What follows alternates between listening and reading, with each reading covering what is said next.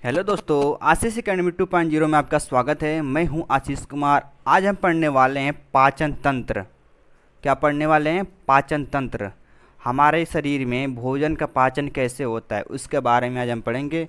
इस सभी एग्जामों के लिए बहुत ही आवश्यक है। यदि आप बीएससी में पढ़ रहे हैं, यदि आप बीएससी में बायो लिए हैं तो उसके लिए तो बहुत ही आवश्यक है। यदि कई बार देखा गया है कि एसएससी के एग्ज़ाम में पाचन तंत्र से कई क्वेश्चन पूछे जाते हैं। तो आइए हम पाचन तंत्र पढ़ते हैं। पाचन तंत्र को पढ़ाएंगे नहीं, महसूस कराएंगे आपको। आप कई बार रटे होंगे, लेकिन हम रटाएंगे नहीं, ना ही आपको पढ़ाएंगे। क्या करेंगे? महसूस कराएंगे। आप फील करेंगे, महसूस करेंगे कि भाई हमारे शरीर में पाचन ऐसे होता है, हम तो जानते ही नहीं थे। आइए चलिए हम आपको बताते हैं पाचन कैसे होता है। आइए, जैसा कि हम आप दोस्त जानते हैं कि हमारी जो शरीर है वो भोजन ग्रहण करती है। उसे ये नहीं पता होता कि ये रोटी है, चावल है, क्या है, कुछ नहीं। बस हमारे शरीर को भोजन ही चाहिए। ठीक, तो आइए स्टार्ट करते हैं।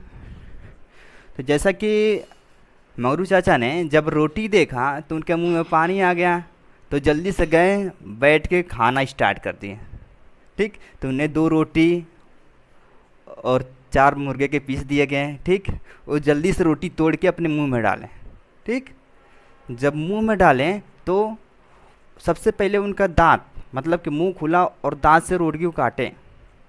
जब मुंह खोले और दांत से रोटी को काटें तो जीभ से लपेटने लगे। और उनके बगल में एक लड़का खा रहा था, वो देखे जब तक 1 रोटी खाते हैं तब तक वो 2 रोटी खा गया, फिर जब तक 2 खाते हैं तब तक वो 5 खा गया। अब ये बहुत आश्चर्यचकित हुए और रोटी को धीरे धीरे चबाने लगे। तो जब धीरे धीरे चबाने लगे तब इनके अंदर सलाइवा निकलने लगा, मतलब मुंह के अंदर सलाइवा निकला। क्या? लार निकला। लार में 2 प्रकार की एंजाइम पाई जाती है। आइए देख लेते हैं कौन कौन सी एंजाइम पाई जाती है। ये क्वेश्चन बहुत पूछा जाता है आपसे। सबसे पहले तो जान जाते हैं लार में एंजाइम के अलावा क्या पाया जाता है। तो लार में एंजाइम के अलावा 99% H2O मतलब जल पाया जाता है। और एंजाइम 2 एंजाइम पाई जाती है। कौन कौन सी? पहली आ जाती है टाइलिन। टाइलिन नाम की एंजाइम आ जाती है जो हमारे लार में एंजाइम बनाती है। और दूसरी आती है मल्टेज। दूसरी आती है दोस्त मल्टेज। अब टाइलिन का कार्य क्या होता है? आइए आपसे क्वेश्चन पूछा जाता है कि टाइलिन हमारे लार में या हमारे मुंह में क्या कार्य करती है। तो टाइलिन हमेशा दोस्त, जो रोटी हम खाते हैं ना, वो उसको कार्बोहाइड्रेट बोला जाता है। और कार्बोहाइड्रेट मतलब रोटी जब चबाते हैं तो हमें मीठी लगती है, तो यही टाइलिन की वजह से मीठी लगती है और मल्टोज की वजह से मीठी लगती है। ठीक, टाइलिन कार्य होता है कि जो हम टाइलिन का कार्य होता है जो हम रोटी चबाते हैं उसको मल्टोज में बदल देता है। और मल्टेज का कार्य होता है कि जो टाइलिन मल्टोज बनाया है उसी को ग्लूकोज में बदल देता है। और जब ग्लूकोज में बदल देता है तो हमें रोटी मीठी लगने लगती है। जैसा कि आप दोस्त जानते हैं कि आप बाहर से या मार्केट से जब ग्लूकोज मंगाते हैं और उसे पीते हैं तो वो मीठा लगता है। तो ऐसे सेम प्रक्रिया हमारे शरीर में होती है। तो हम जब रोटी को चबाते हैं देर तक तो हमें रोटी और मीठी लगने लगती है। जितना ही हम चबाएंगे उतना ही हमारे अंदर सलाइवा या लार एंजाइम बनाती है। ठीक, तो आइए अब मंगरू चाचा रोटी डाल ली इसमें। तो सबसे पहले आपसे ये क्वेश्चन पूछा जाता है कि वो रोटी कहाँ डालते हैं। सब जानते हैं भाई कि रोटी तो हमेशा मुख से ही खाया जाता, तो इसे बोलते हैं मुख गुहा। इसे बोलते हैं मुख गुहा। आइए पहले इसके बारे में चर्चा कर लें कि हमारे पाचन में कौन कौन से तंत्र काम करते हैं। तो इसे बोलते हैं मुख गुहा। ठीक, और जो हम सांस लेते हैं उसको बोला जाता है ग्रसनी। जो हम सांस लेते हैं इसको बोला जाता है ग्रसनी, जिसकी लंबाई 15 सेंटीमीटर होती है। आपसे क्वेश्चन पूछा जाता है कि हम जो सांस लेते हैं उसकी लंबाई कितनी होती है? 15 सेंटीमीटर। ठीक, 15 सेंटीमीटर। अब इसके बाद आ जाते हैं मुख। मुख से जब हम भोजन अंदर डालते हैं तो यहाँ से लेके ऐसे ऐसे ऐसे यहाँ तक जाता है। ठीक, तो इसको बोलते हैं ग्रसनाल या फूड पाइप। इंग्लिश में फूड पाइप बोलते हैं। इसकी लंबाई आपसे पूछ जाती है तो इसकी लंबाई होती है 25 सेंटीमीटर। आपसे क्वेश्चन ऐसे पूछा जाता है कि हमारे जो हम खाना खाते हैं, या सिंपल से पूछा जाता है कि ग्रसनाल या फूड पाइप की लंबाई कितनी होती है, बस 25 सेंटीमीटर। इसके बाद भोजन यहाँ आ जाता है, इसके बाद इसमें आता है, इसको बोला जाता है स्टमक या अमाशय। इसकी लंबाई दोस्त 30 सेंटीमीटर होती है। कितनी होती है? 30 सेंटीमीटर, ठीक, 30 सेंटीमीटर। अब इसके बाद भोजन यहाँ से यहाँ तक आ जाता है, ठीक। जब यहाँ आएगा तो देख रहे हैं आप दोस्त, यहाँ से इसको ऊपर जुड़ा है और यहाँ से इधर जुड़ा है। इसको बोलते हैं पेनक्रियाज।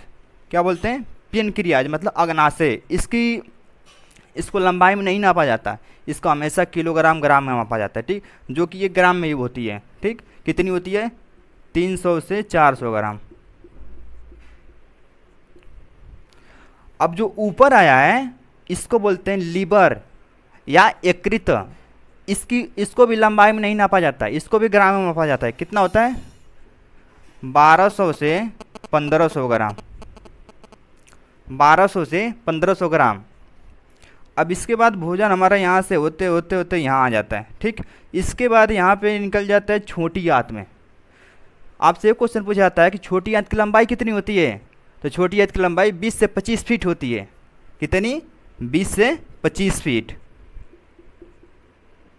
ठीक। अब इसके बाद ऐसे होते होते होते भोजन यहाँ पे आ जाता है। यहाँ पे होता है दोस्त अपेंडिक्स। अपेंडिक्स कोई लंबाई नहीं होती है, ठीक। इसके बाद यहाँ से आता है बड़ी आंत में। बड़ी आंत की लंबाई 5 फीट होती है। इसके बाद भोजन होते हुए यहाँ से यहाँ तक यहाँ आ जाता है, ठीक। और उसके बाद तो यहाँ से बाहर निकल जाता है, ठीक। तो आइए अब बात करते हैं कि भोजन तो ऐसे ऐसे चला गया, लेकिन किस किस प्रक्रिया से हमारे अंदर भोजन का पाचन हो रहा है वो हम बात कर लें। तो जब दोस्त मंगरू चाचा यहाँ पर मुंह में डालते हैं रोटी को, तो यहाँ पर आप जानते हैं कि मैंने आपको बता दिया कि लार निकलता है। अब जब लार निकलता है तो यहाँ पे भोजन का पाचन होगा ही।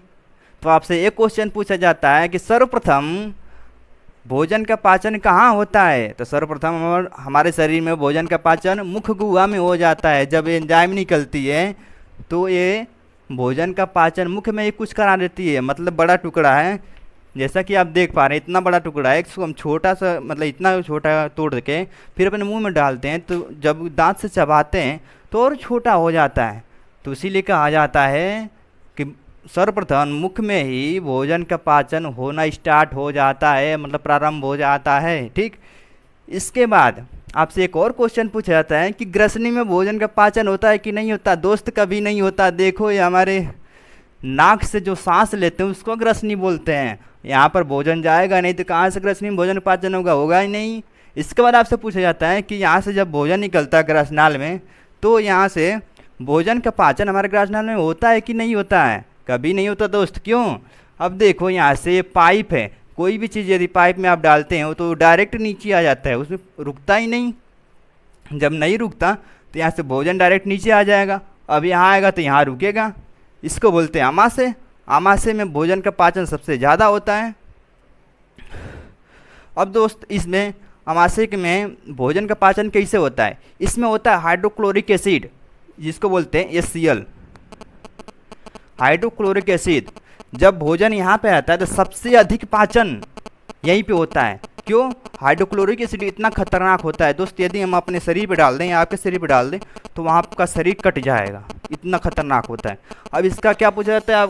इसका ये पूछा जाता है कि हाइड्रोक्लोरिक एसिड का pH मान कितना होता है। तो हाइड्रोक्लोरिक एसिड का pH मान होता है 1.5 से लेकर 1.8 तक। हाइड्रोक्लोरिक एसिड का pH मान 1.5 से लेकर 1.8 तक होता है, ठीक। इतना खतरनाक हो दोस्त, यदि किसी के ऊपर आप डाल देते हैं तो उस व्यक्ति की समझ लीजिए कि क्या हो जाए, हालत खराबी हो जाएगी, ठीक। तो आपसे क्वेश्चन एक पूछा जाता है कि जब हमारे शरीर में उतना खतरनाक एसिड है तो हमारे शरीर में नुकसान क्यों नहीं पहुंचाता? सबसे बड़ी बात तो है कि जब हमारे शरीर में इतना खतरनाक एसिड है तो हमारे शरीर को नुकसान क्यों नहीं पहुंचाता? दोस्त जब आमाशय में HCl होता है ना, तो इसके ऊपर यहाँ पे एक जठर ग्रंथि पाई जाती है, जिसका नाम होता है जठर ग्रंथि। ये HCl को बाहर निकलने ही नहीं देती है। और तो आप बोलोगे कि जठर ग्रंथि होती है तो उसको नहीं काट पाता दोस्त, इससे ज़्यादा कठोर जठर ग्रंथि होती है, इसलिए इसको बाहर नहीं निकलने देती है। ठीक, तो यहाँ पर भोजन का पाचन होता है। अब आपसे एक क्वेश्चन पूछा जाता है कि जैसा कि आपसे मैंने कहा था कि मंगरू चाचा थे, इन्होंने भोजन खाया, अब उनके बगल वाला जो था अभी 2 रोटी खा रहे थे, वो 4 रोटी खा लिया, तो ये सोचे कि जब वो खाएगा तो हम भी खाएंगे। तो इनकी कैपेसिटी थी 7 रोटी की, इन्होंने खा लिया 10 रोटी। अब जब 7 रोटी खाएंगे तो इनका इतना ही भाग भरेगा। अब इन्होंने 10 रोटी खा लिया तो इनका भाग यहाँ पर आ गया। तब तक इनकी मतलब कि अभी जल्दी जल्दी शादी, मतलब कि कुछ दिन पहले ही शादी हुई थी, और इनकी पत्नी ने तब तक फ़ोन कर दिया, बोला कि हमें आपकी बहुत याद आ रही है, आप चले आइए। तो इन्होंने सोचा कि हाँ भाई जल्दी, अभी जल्दी शादी हुई है, नहीं चला जाएगा तो बहुत दिक्कत आ जाएगी। तो इन्होंने ड्राइवर से बोला कि भाई यार चलो घर चलना है। तो इन्होंने गाड़ी में बैठा, उसके बाद आना स्टार्ट कर दिया। लेकिन रोड इतना ख़राब था, एक तो मंगरू चाचा खूब खा लिए थे, अब रोड ख़राब था तो गाड़ी ऊपर नीचे आएगी, और जब गाड़ी ऊपर नीचे हो रही थी तो इनका भोजन कभी ऊपर जाता था कभी नीचे आता था, कभी भोजन ऊपर जाता था कभी नीचे आता था। तो अचानक से ऐसा हुआ कि गाड़ी थोड़ी और ऊपर हुई, इनका भोजन बाहर निकल गया, इनका भोजन बाहर निकल गया। तो दोस्त आपसे क्वेश्चन ये पूछा जाता है कि जब हमारा भोजन पेट के अंदर से बाहर निकल जाता है तो उसे क्या बोलते हैं? तो उसे बोलते हैं बोलस भोजन। जब यहाँ से बाहर निकल जाएगा तो उसे बोलते हैं बोलस भोजन। क्या बोलते हैं? बोलस भोजन। ठीक, कई बार क्वेश्चन पूछा गया दोस्त, एसएससी में, रेलवे में भी पूछा गया क्वेश्चन। ठीक, अब इसके बाद आ जाते हैं, जब भोजन हमारा यहाँ पे कम से कम 3 या 4 घंटे के लिए संचित हो जाए, मतलब कि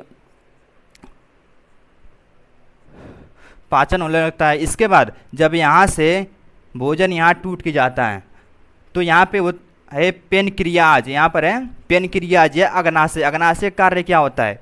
ये अग्नाशय हमेशा एंजाइम स्रावित करती है दोस्तों, अग्नाशय हमेशा एंजाइम स्रावित करती है। तो यहाँ पर तो भोजन का पाचन हो ही जाता है, लेकिन एंजाइम का मतलब कि अग्नाशय कार्य क्या होता है? अग्नाशय कार्य होता है कि एचसीएल वसा को कभी तोड़ नहीं पाता है, तो पेनक्रियाज हमेशा वसा का तोड़ने का कार्य करती है।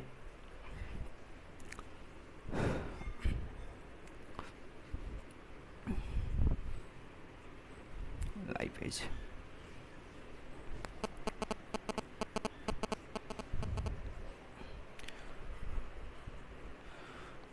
दोस्त, पेनक्रियाज हमेशा वसा को तोड़ने का कार्य करती है। जो लाइपेज नाम की एंजाइम होती है, जो लाइपेज नाम की एंजाइम होती है, उसके वजह से वसा का ये पाचन कर देते पेनक्रियाज। ठीक, इसके बाद यहाँ से ऊपर गया तो यहाँ से भी कुछ एंजाइम मिलेगा, लेकिन यहाँ से इस जो लीवर है यह एंजाइम निकालता ही नहीं, ये निकालता है पित्रस। क्या निकालता?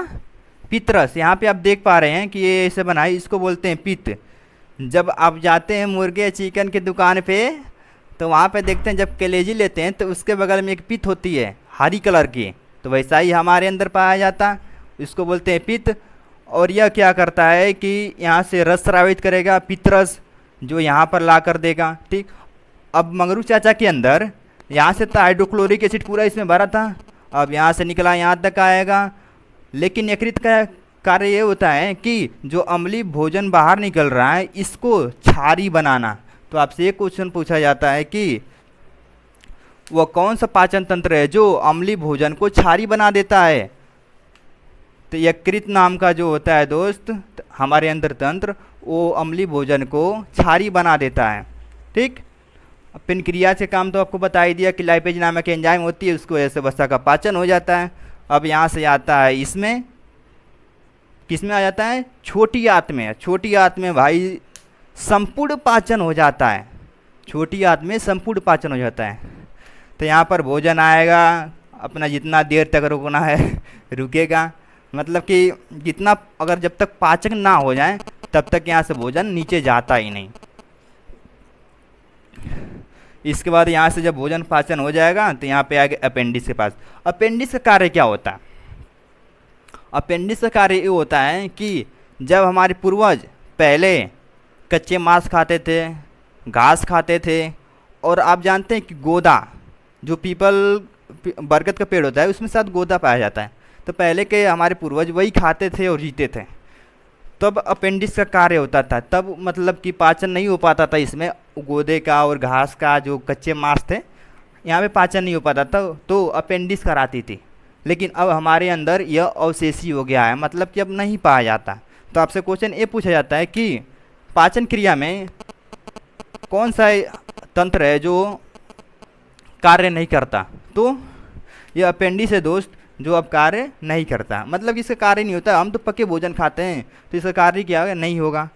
फिर इसके बाद यहाँ से स्टार्ट हो जाता है, ऐसे आता है बड़ी आंत में। बड़ी आंत में दोस्त भोजन का पाचन नहीं होता, बड़ी आंत में भोजन का पाचन नहीं होता। तो फिर होता क्या, इसमें हम जो पानी पीते हैं ना, उसका जल का अवशोषण हो जाता है और यहाँ से विटामिन के का निर्माण होता है और पूरे हमारे शरीर में फैल जाता है। ऐसे भोजन होते हुए होते हुए होते हुए यहाँ पे आएगा मलाशय तक। कहाँ तक? रेक्टम या मलाशय बोलते हैं, वहाँ पर आएगा, कुछ देर तक इकट्ठा रहेगा। उसके बाद जब सुबह होगी तो हम जाएंगे लैट्रिन में, आइए नस के माध्यम से, मतलब गुद्दे के माध्यम से यहाँ से हम बाहर निकाल देंगे। ठीक है दोस्तों।